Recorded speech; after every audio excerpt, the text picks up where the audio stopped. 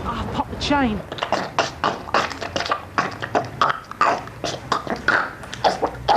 No, Jamie, I don't fancy a Ruby. No, I'm filming now, mate. On the ramp. Phone up Zoe Ball or something. She's well up for a Ruby all the time, mate. Yeah, all right, yeah. That was that naked chef guy. Ever since I got this phone, it's been celebrities phoning me up all the time. You know, I just can't get away from them. Anyway, we've got lots to do this show, so let's get on with it. Last week, we said we'd show you what to do when you get to the other side of the ramp. We'll start with this, the rock. The basic rock and roll can be done either front side, which is well styly, but hard, or the backside ones, which we'll cover today because they're easiest. As you approach the top of the ramp, or given its technical term, the lip, lift your front wheels up so they clear the coping, and the middle of the board comes to rest on the lip of the ramp. Don't stall for too long, then begin to turn your body back into the ramp face first. Follow through the motion by pushing down on the tail and pivoting in the board 180 on the back wheels. Release the pressure, return back to all four wheels and ride on out. This trick can also be done coming down backwards. This is called the rock to fakie. This is a little bit more scary, but are actually easier. As with the rock and roll, get to the position where the middle of the board is resting on the lip. Lean your weight a little back into the ramp. Then just transfer your weight onto the tail and push down thus.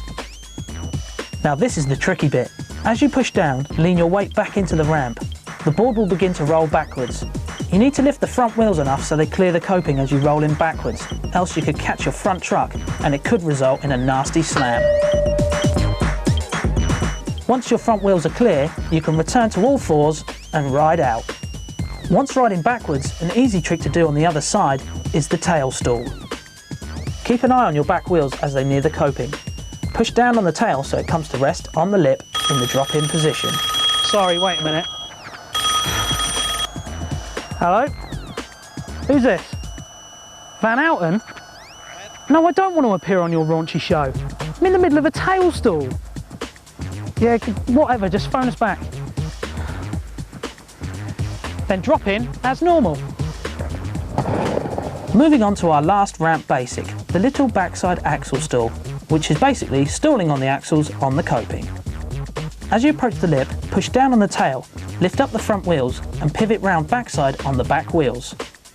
As you pivot round, transfer your weight to be above the coping.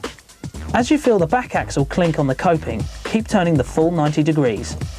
Then release the pressure on your tail, lowering the front axle onto the coping. You are now stalling on the axles. Oh, sorry, not again. Hello? No, Zoe, I don't appreciate you calling me mid-trick. No, I'm doing an axle stall. No, I don't want to co-host the show. What's wrong with Jamie T? Yeah, well, I suggest you do that then. Where was I? To turn back into the ramp, start to lean your weight back in. Push down on the tail so you're pivoting on the back truck.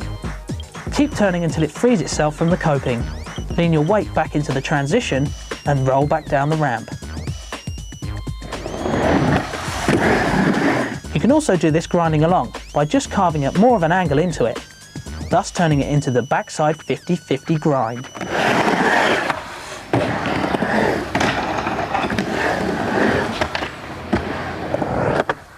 And relax. Oh, not again. What do you want now, Ball? Your dad's invented a hoverboard and you need a tester? Interesting.